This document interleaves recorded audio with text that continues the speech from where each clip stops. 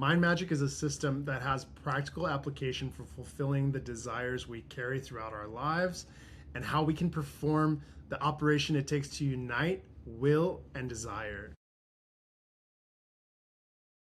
Hey Veiled Seekers, welcome back to the show. I am Froilan. I am your host. I hope you all been doing good out there. I myself am doing great.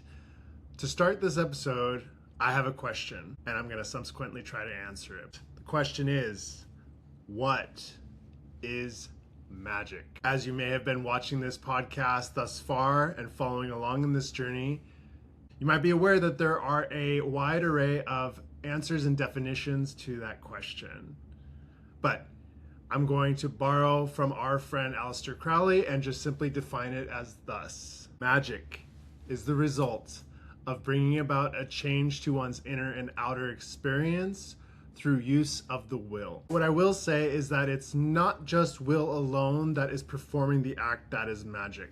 We need other things to be dynamically involved with will in order to lift up and cultivate that power of will. So magic is actually what I would describe as a copulative act between desire and will. One requires both to truly endeavor through the energetic experience that produces said magic. Without desire, will lies dormant and asleep. Kind of like describing Shiva in his corpse pose without his Shakti drawing forth the energy that emanates from him. Subsequently, without willpower, desire simply remains as this unwedded bride, unfulfilled and unable to pursue the end goal for which desire seems to yearn and long for. As we have explained through previous episodes on the existence of duality, we find duality everywhere in our world. It is part of created life. So we also see that in the magic circles that existed, both ancient and modern. These two interplaying aspects exist simultaneously, and it creates this sense of what we perceive as better and lesser. For example, in magic discussion, you have high magic and then you have low magic. Like the rituals and ceremonies of various religions, magic also can be divided into these same avenues or camps. Both in religions and esoteric circles, you may find the bantering back and forth of this way is better than that way. Then, after all that, cynics can just come along and just agree none of them are any good.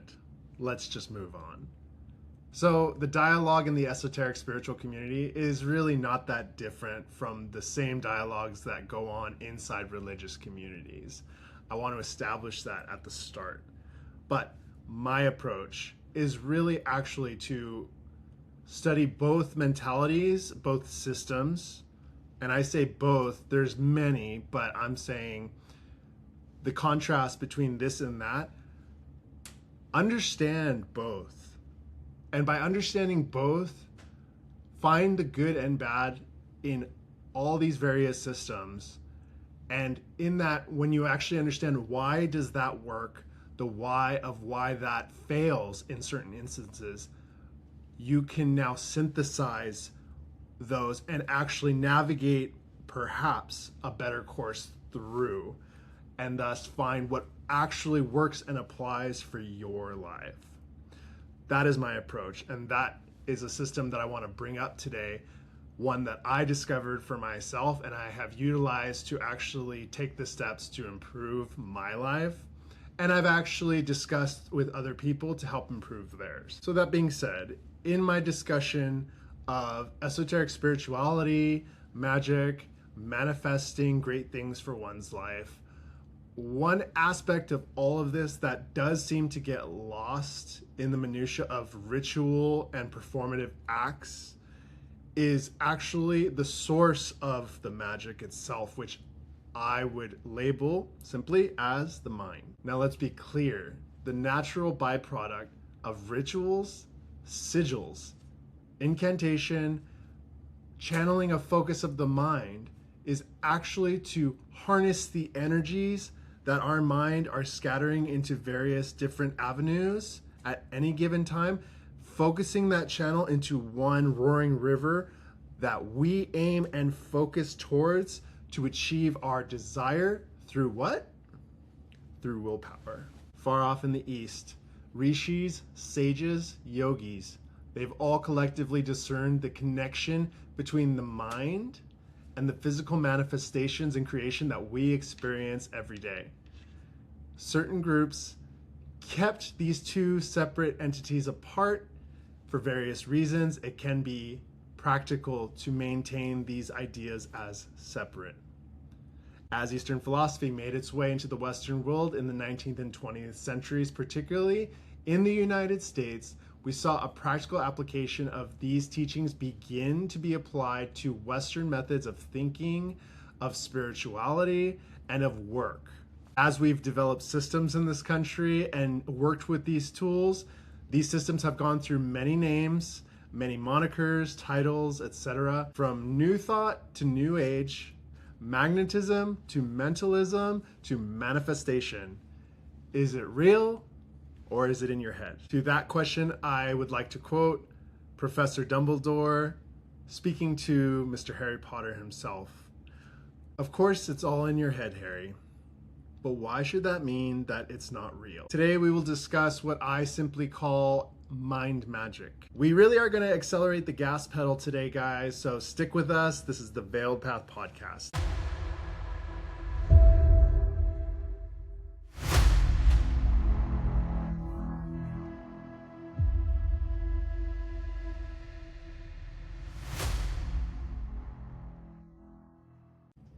Spiritual insights from the ancient world were humanity's attempt to learn about the universe, to learn about ourselves, and to learn about the interplay between the two.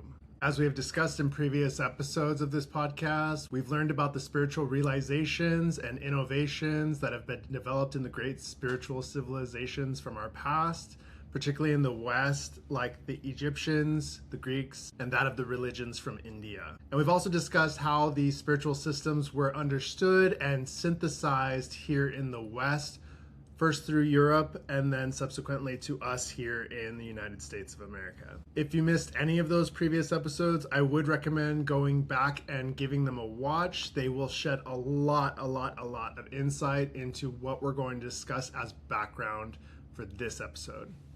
So our country was born and developed in a time period that was known as the Enlightenment. And the philosophy of the Enlightenment placed a great emphasis on naturalistic understanding and rationalistic thinking.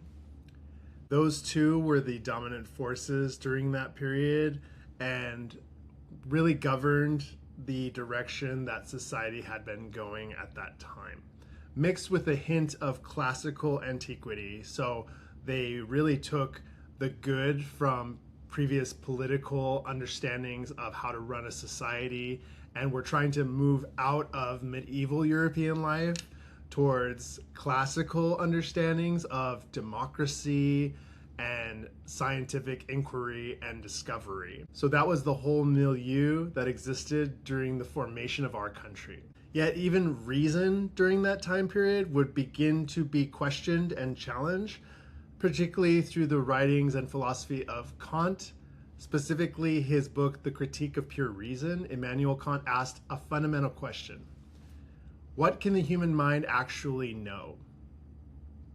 Kant argued that we do not encounter reality simply as it exists independently, but in through our faculties, which then therefore have some limitations, and therefore we are not truly experiencing the actualness of reality, but we are experiencing our subjective view of the reality. Through the work, as Kant then begins to discern those limitations of rationality in humans, he is subsequently opening a doorway for the other expressions of humanity that had been subliminated during that time period, thus allowing them to re-emerge onto the main stage of society.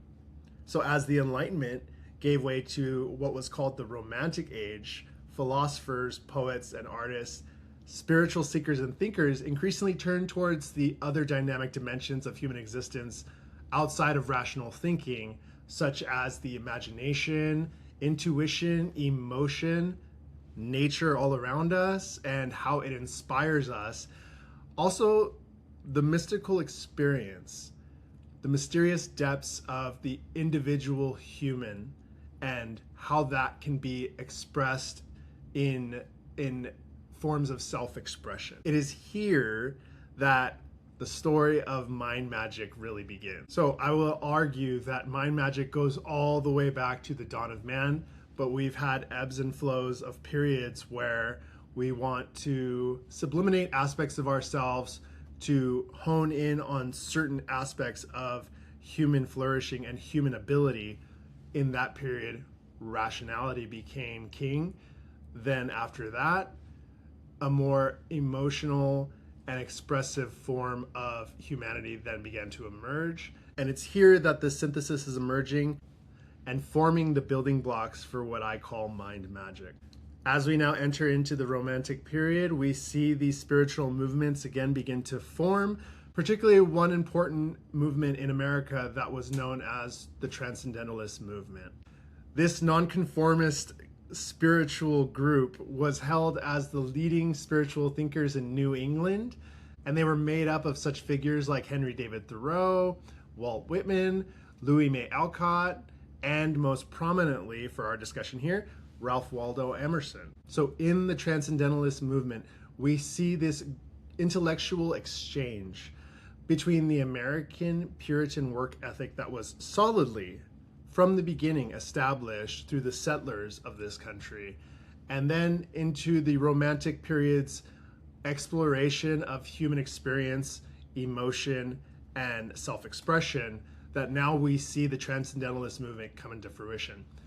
Emerson specifically can be counted as a precursor to what we will talk about soon called the New Thought movement, particularly in his works such as Nature, Self-Reliance, and the Oversoul. What did Emerson particularly discuss in these works?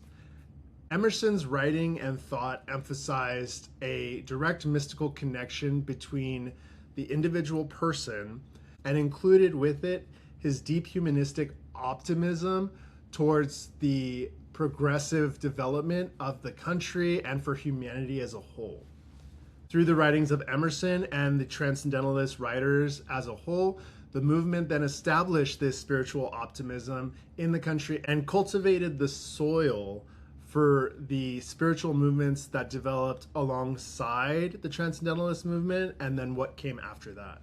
But Emerson's message was clear. Man had the divine spark within them, and it was this divine spark that was going to propel humanity forward, and we were going to build a new society, and then after that, a new world. Through this idea of the oversoul, man's connection to the one mind, the one soul that governs all of humanity, that connects and binds us.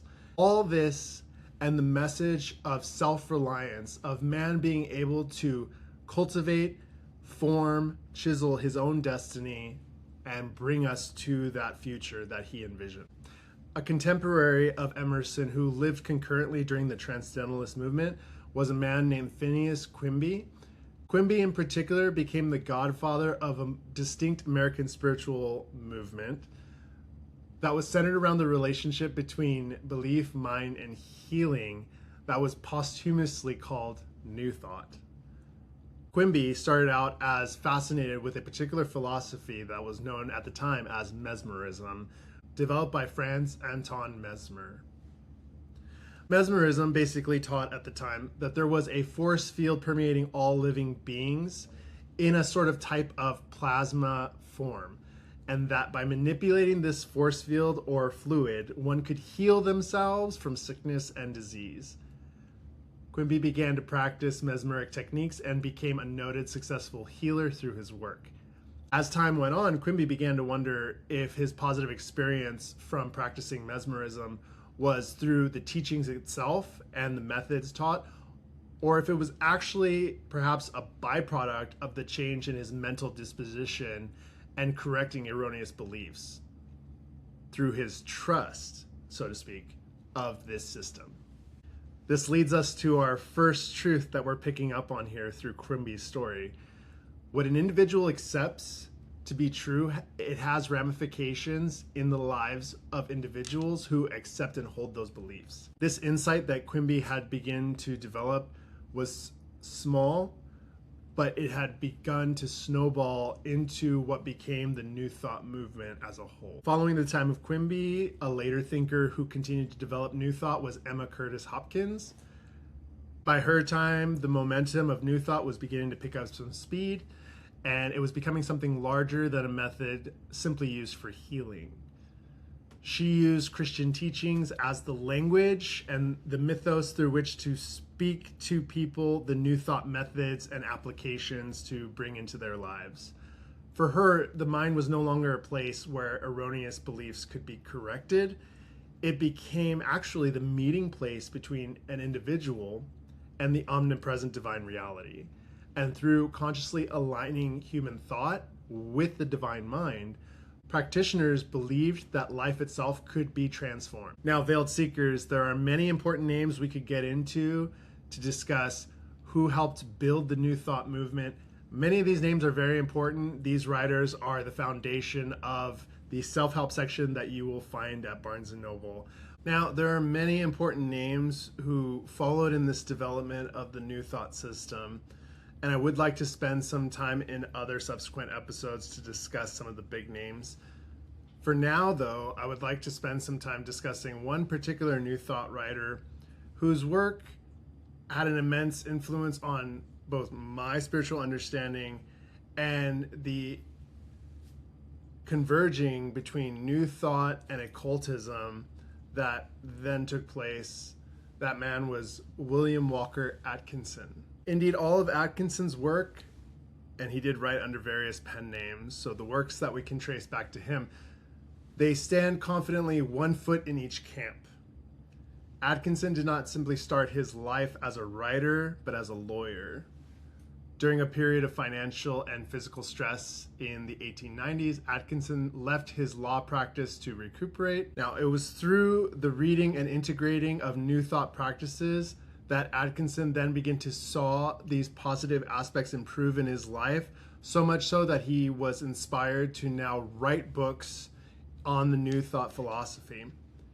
He formed his own publishing company and, adopting various pen names, began to write over 100 works that would contribute to New Thought, occultism, yoga. He was pumping blood in all of the spiritual veins at the time, and he began to make a name for himself. One particular work of his that inspired my life most profoundly was the book Mind Power, The Secret of Mental Magic. In this book, Atkinson describes a process called mentation and how to train ourselves to harness the power of mentation and use that force to work for us, not against us. Mentation is the expression of mental energy. It is the mental activity that occurs in the mind. In the book, he instructs how to develop willpower and how this emanates from the source, which is desire, as we began with. Now, one point of clarification at the start. Willpower is not merely just thinking positive thoughts. It is the reorientation of your life aimed at the target. We're going to focus all of our energies onto the point of desire. It is the aiming of the vital energies that are passing through us and out from us, carrying us towards our desired outcome.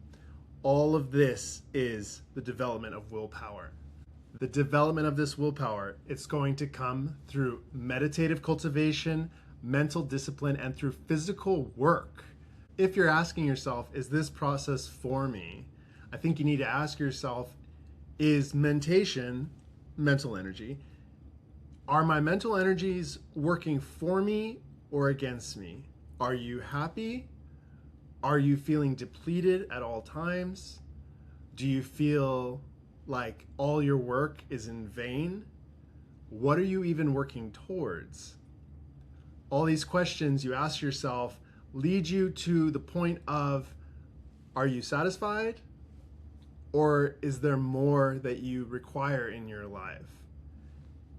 This is the part where we now ask ourselves this question and decide, am I going to use my mind to achieve my desire? It is at this point that we now make the decision. Are we going to use our mental energies to work towards our desired outcome? Or are we just gonna float along on the whims of mental thoughts and patterns taking us back and forth? If you're still with me and following along and deciding that this is where you want to be, this is a practice you want to develop, we're going to move forward into what I deemed as the pillars of Mind Magick. Now, these pillars are laid out in a system that I discerned to be true. Atkinson wrote about each of these various practices. He didn't have necessarily a synthesized system. His was more organic, and his book on mental magic really is more of a manual on developing certain dynamic skills. But as they're laid out, they really form a system, and it's in these pillars that I present the system. The first pillar, as I've described, as we've talked about several times in this episode, we start with desire. A lot of us in our spiritual developments, as we've grown up, we begin to feel challenged and withheld from our desires. Yet desires are an inherent part of being human. We all have desires. Some desires may be deemed as good, some may be deemed not as wholesome. But desire has propelled humanity forward. There is individual desire that satisfy one's individual life. There are societal desires, and there's a collective humanity. And humanity as a whole has a collective desire. We all have it, and yet other religions might tell us to suppress our desire for something else, perhaps satisfy the will of God over our own individual needs. But as we've seen through history in the Western world, desire itself is not a bad thing. It's how do we go about achieving these desires? Are we stomping on others to get there? Are we hurting ourselves, our family, our neighbors, just to satisfy some mere whims? Or are we actually putting in hard work, cultivating mental discipline, and working towards a goal? That's different. That's not the same thing as just satisfying mere whims. That is work. And in our side of the globe, we've built a whole country based off of hard work pays off, right? So that's what I'm talking about, is that higher desire that is inspiring us and lighting the furnace of our engine to work, to channel, to cultivate. Now, spend some time thinking about this, Veiled Seekers. The question you start of is, what do you want? This question, as easy as it is actually one of the hardest questions anybody can answer. Nobody really knows what they want. But if you take a moment to put yourself under the microscope, start to get a little meta and begin to study yourself. What inspires you? What makes you feel enthralled? And based on that, where do you feel a lacking in your life? Most people, it's a love life, it's more friends, it's a job, more money. All these things are actually okay. Again, it's how are we working towards those goals, not so much the desire itself. Desires are human. You need to spend some time thinking about that and meditating on that. But the most important point, once you arrive at the point of desire, understand you come from a divine realm. We are all divine. We are spirit, and spirit itself is holy. It is energy. It comes from the main source. You are worthy of that desire. Again, we're not going to stomp and trample over other people to get that desire. You can work and maintain the integrity of your own divinity, of your own spiritual power to work towards that goal without resorting to harming behavior. But, and this is really important, one minor disclaimer is be careful what you wish for. What we're going to find is the process of fulfilling a desire. So it's important to really narrow down what you want and how you want it. Really think about it.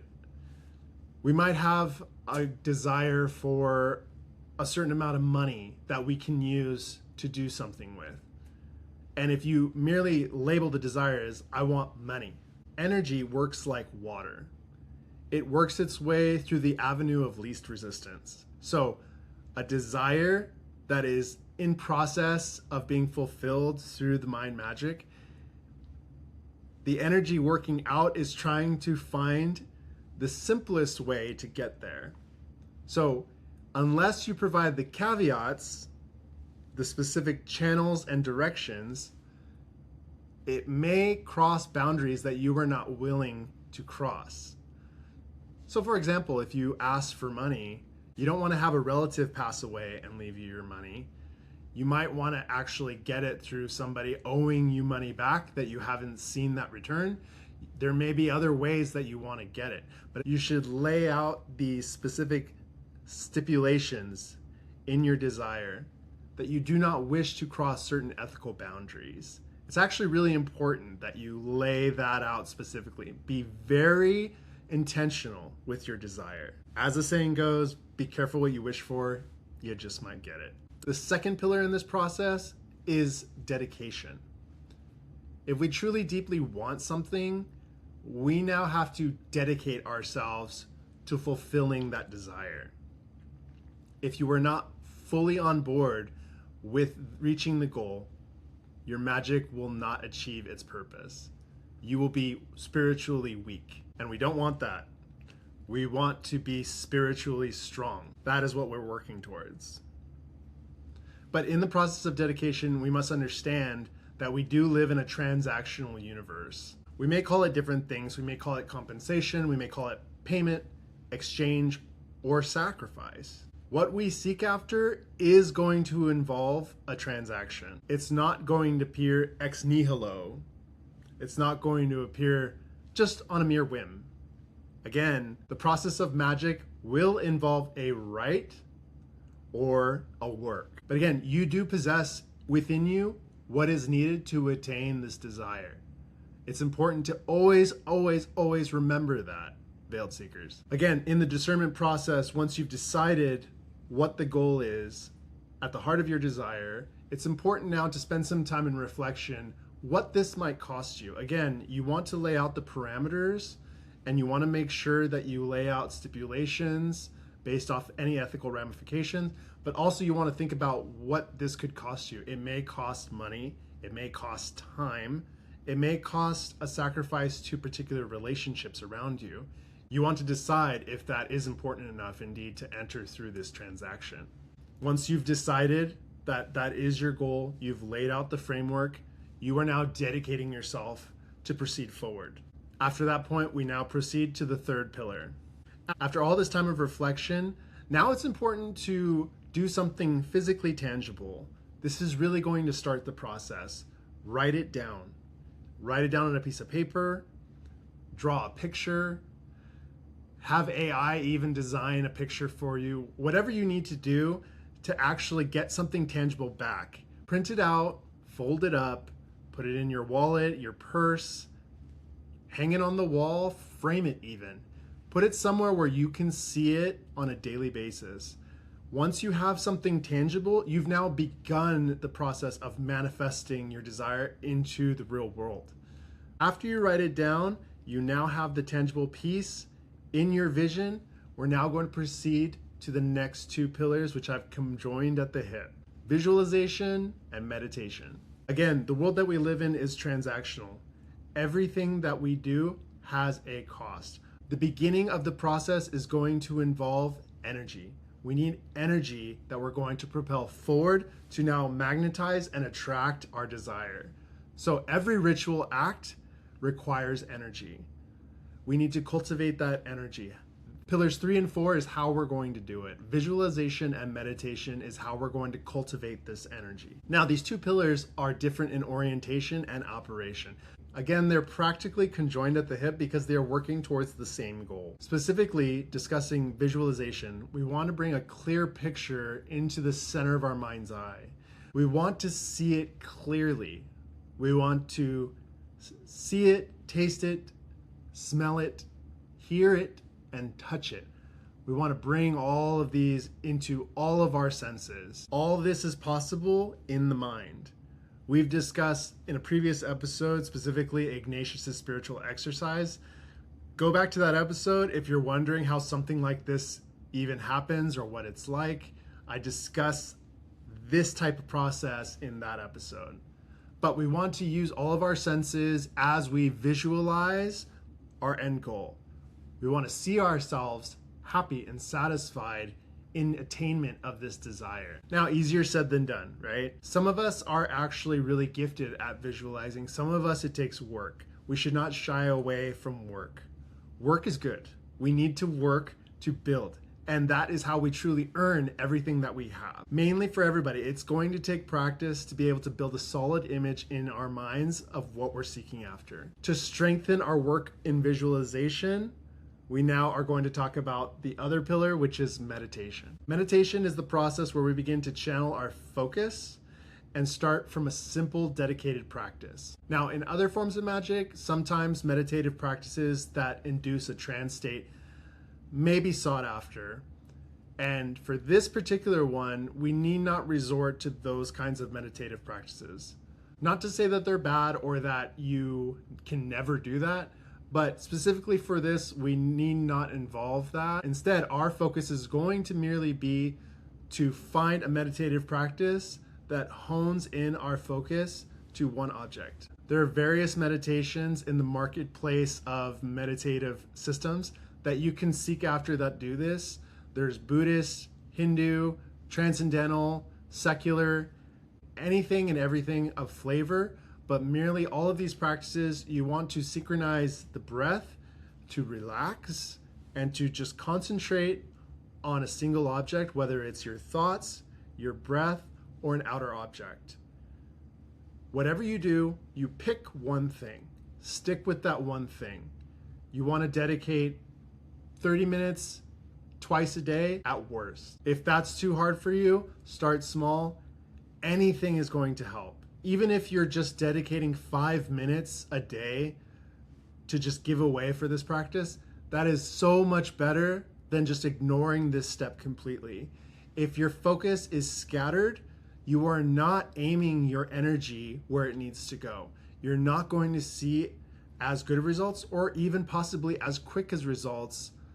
Whereas if you were meditating, focusing your energy, you would get more efficient results. And the reason why I see these two as conjoined is because each of these methods acts as their own spiritual channel going the other way. We're building visualizations that we spend time on, but we release them into our subconscious mind. Our daily life is immediately connected to this subconscious mind.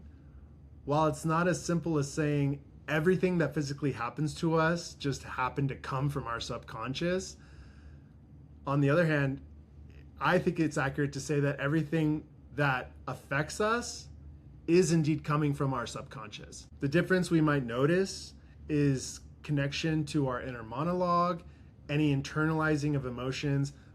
Overall reactions are what are surfacing from this deep subconscious mind. So that being the case, we are trying to send the fruit of our visualizations down. We're trying to take this image and now baptize it into our subconscious. Our meditative practice is to, again, develop that focus, that concentration, which is going to direct the energy that is emanating out from us. So the visualization starts in our mind, it goes down into our subconscious. Our meditation focus channels the mind, the mental concentration, as we now emanate the energy out. So these energies are working in different directions, creating a circuit. It's almost like in Kundalini yoga, for all my Kundalini yogis out there. It's like the Ida and the Pingala energy channels that are circulating up and down our spinal column to circulate this energy. And in the middle, we have the Sushumna. So the snake coiled at the bottom of our spinal column begins now to work its way up as you are channeling these energies. As you reach the top, you achieve enlightenment. So says the Kundalini yogis. But the Ida and the Pingala work together as counterforce. I'm using that as a metaphor for visualization and meditation in this system. And what is the Sushumna, the middle main channel working its way up towards the goal? That is willpower. How you decide to proceed with the time of visualization and meditation. Again, as I said, everyone should have a meditative practice about 30 minutes twice a day, morning and evening. Visualization, the best time that you find the creative energies flowing through your mind. Find what's best and what works for you. There are other practical tips from other New Thought writers that I've integrated into my own personal system. I'll bring those up later, but for now, it's really do what works. Find what works best for you, study yourself, and just do the work. It is so worth it, and it is just not something that you want to skimp out on. Give yourself that integrity. You owe that to yourself. The work is not in vain. You're working to get that goal. So as hard as meditation is, as hard as it is to just sit and visualize on something, does this inspire you? Again, go back to the first two methods. Does it inspire you? Is it truly what you want? Are you willing to pay the price for it? This is part of that transaction. As you've now begun to develop this practice of visualization and meditation, we're now proceeding to the next pillar, which is the work. As I've mentioned before when discussing ritual magic is performing certain acts in order to achieve the end goal. It involves physical actions. It involves breath work. It could involve trance states. But ultimately, there is a physical act taking place in order to achieve that desired result.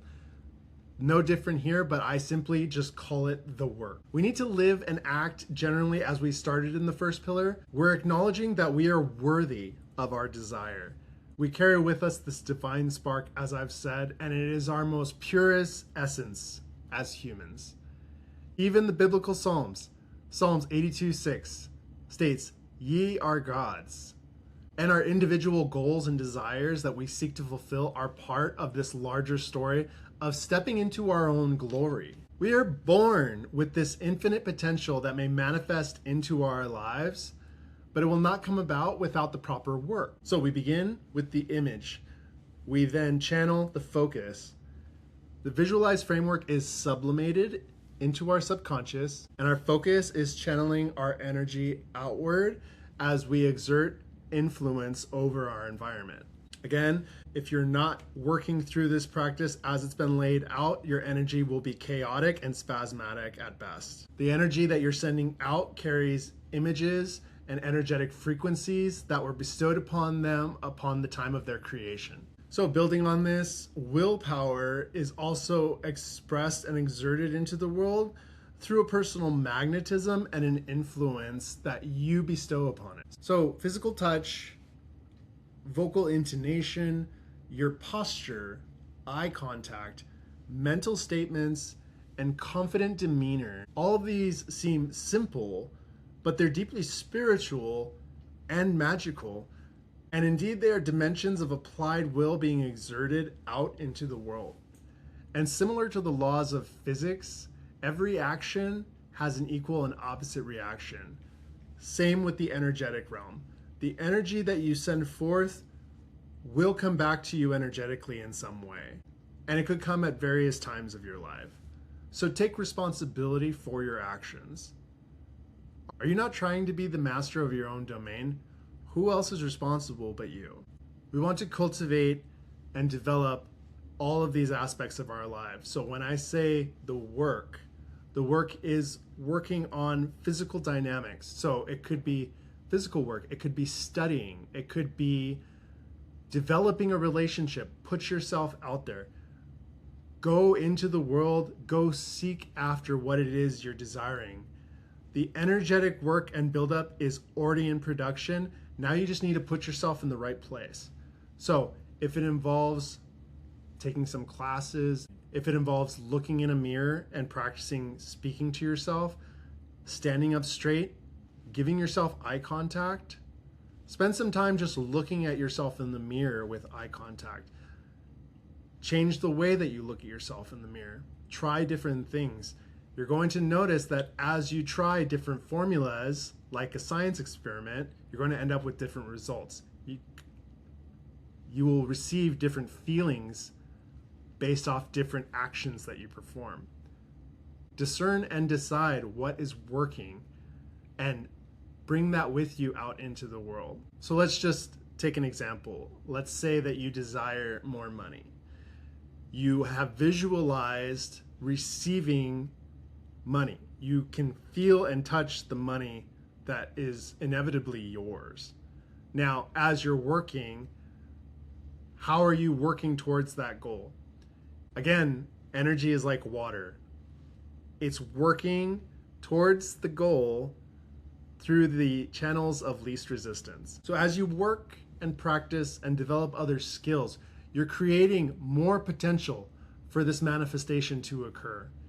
You don't necessarily know how it's going to come about, but working towards something, physically doing these things, is actually the ritual act you are performing for the magic. Again, if it's money that you want, are you working?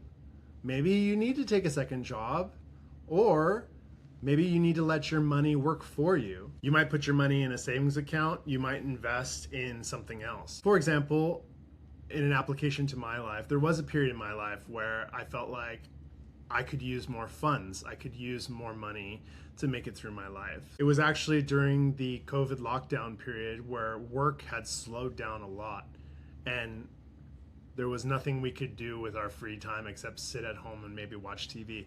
But it was also during that time that I saw an opportunity. We're never going to get this time back.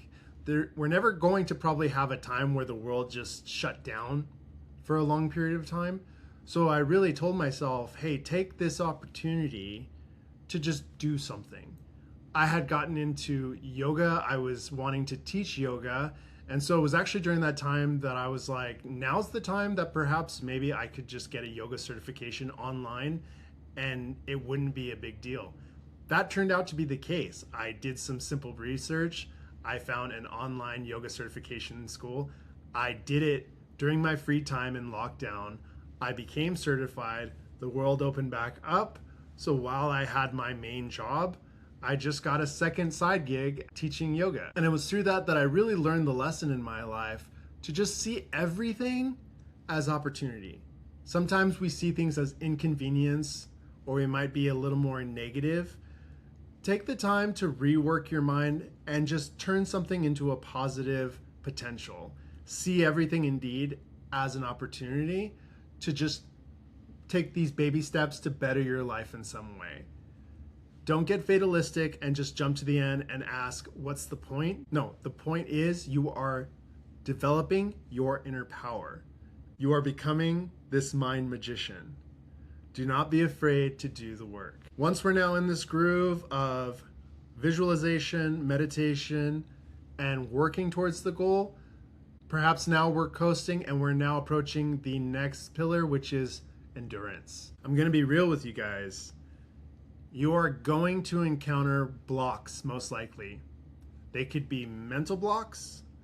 They could be physical or personal blocks with other people. If you encounter the mental blocks, this is where shadow work really is helpful. Navigating the subconscious waters is like passing through a field of glaciers. Some are going to be pushed aside, no problem. But some are going to puncture and bring your ship to a striking halt.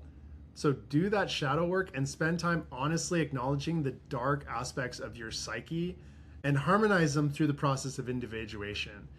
If you don't know what I'm talking about, perhaps read Jung. Shadow work is basic at this point in the spiritual world, so find a book on spiritual work, but you want to do that. It's greatly important for breaking through these mental blocks. There may be physical blocks, and again, something may be in the way of you achieving that goal. Try not to be negative. See things as an opportunity. A block is there for a reason, and it's actually to make you stronger. Without friction, you're not going to build those muscles, those mind muscles, to continue to perform this ritual act. So iron sharpens iron, as they say. And don't be afraid of these blocks. Don't be discouraged. persevere, and endure. Also, people may get in the way, and you may have to reanalyze a situation based off of who that is. If it's somebody really close to you, you may not want to sacrifice that relationship. That's completely understandable. There may be other people who you're not friends with that somehow are actually in between you and the goal. Again, we want to make sure that we maintain an ethical practice. It's important to do that. But again, we see everything as an opportunity. As you've worked on these elements of personal charisma, personal dynamism, you want to not be angry. You instead want to use these abilities of yours that you've practiced on, this charisma, to actually work with other people, to perhaps get around them in some other way. Again, like water, be flexible, go around them. One person standing in a channel is not going to block the entire river rushing through them, right? Same thing. You are now this roaring river, and if somebody stands in your way, you're merely just going to flow right around them. And it's important to maintain that mental flexibility and to take some time to think about it.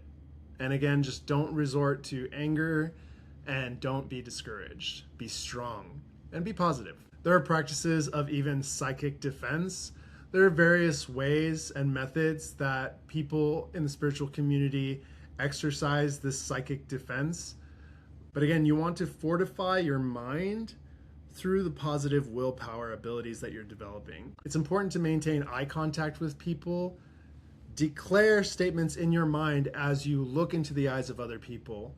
As you make these statements, you are transmitting that energy through your eyes, through their eyes, into their mind, and you're actually sending these messages through to them. You want to be able to channel these abilities and use them if people are standing between you and your goal. You want to send these energetic waves through to other people and let the energy work for you. Again, that's what all of this is about. It's letting the energy work for you, and that's why we're working on these methods. And as I've said, we don't want to resort to reactionary anger. Righteous anger, on the other hand, is something that can be used. Anger is a part of us. It's a part of our psyche, which is just something else that we want to use. Righteous anger, and the difference between that and reactive anger, is the difference in using something as fuel or using something as a detriment to your end goal. Focus and think about that righteous anger a little more, or find ways to rework reactive anger into that, but don't return people's anger with additional anger if you're trying to be serious as this mind magician figure. And finally, one more thing that's going to help you in this process of endurance is the final pillar, which is trust. The final and most important aspect to any work is the final secret ingredient, as any good chef would tell you. For us, it is trust. Now, trust in what exactly? While it's completely valid that people do sometimes place their trust in an all-powerful, all-knowing God, that's a great thing. That's a good thing. But we want to actually also place this trust in ourselves. I don't see the two as mutually exclusive. Some religions may beg to differ, but honestly, after some reflection, that's not the case. These two are actually united. Whether you believe in an all-powerful, all-knowing deity, or you just believe in yourself, I would argue that these are the same thing. And sometimes I feel like we may put all of our hopes and trust in a deity and not ourselves, because we are actually afraid that we're going to let ourselves down, just like other people most likely in our lives have let us down. And unfortunately, those people have infected our minds with their failure and have weakened us in our own trust in ourselves. And indeed, other important spiritual seekers have also echoed this similar mentality too. And these are the seekers that have truly impacted my life. Not to just throw all your trust into something outside of yourself. It's a balance. What is outside must also be balanced with what's inside. You want to have both. And it is that we're working towards through the process of Mind Magick.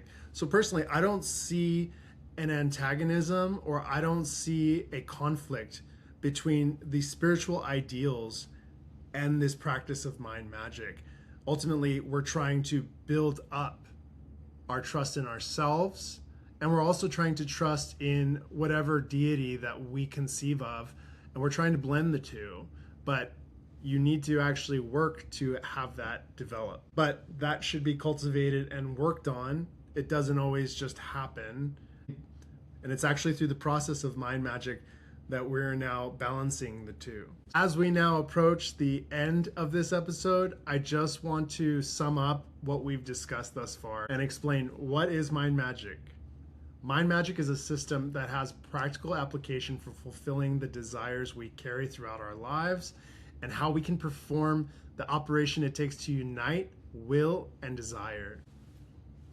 It is also a system based on a profound philosophy that elevates man to the heavenly throne that exists in our hearts. So as we build up our own personal lives, we need to remember that we're all on this same journey of incarnation. The work itself aims us towards the apotheosis that is our birthright if we take it seriously and apply it in a bigger way, not just for ourselves, but for our collective self. Mind Magick is not just about acquiring extraordinary powers. It is about becoming the extraordinary person we are meant to be. A person whose thoughts are disciplined, whose creative imagination colors the canvas of the world, whose actions are intentional and never wasted, whose will remains steady. Whether you call that magic, psychology, spirituality, or simply human existence is ultimately your decision. But history suggests that those who learn to govern their own minds have always possessed a power that the world cannot easily take from them. And thus, I leave you with the charge. Keep to the path, veiled seekers. We'll see you next time.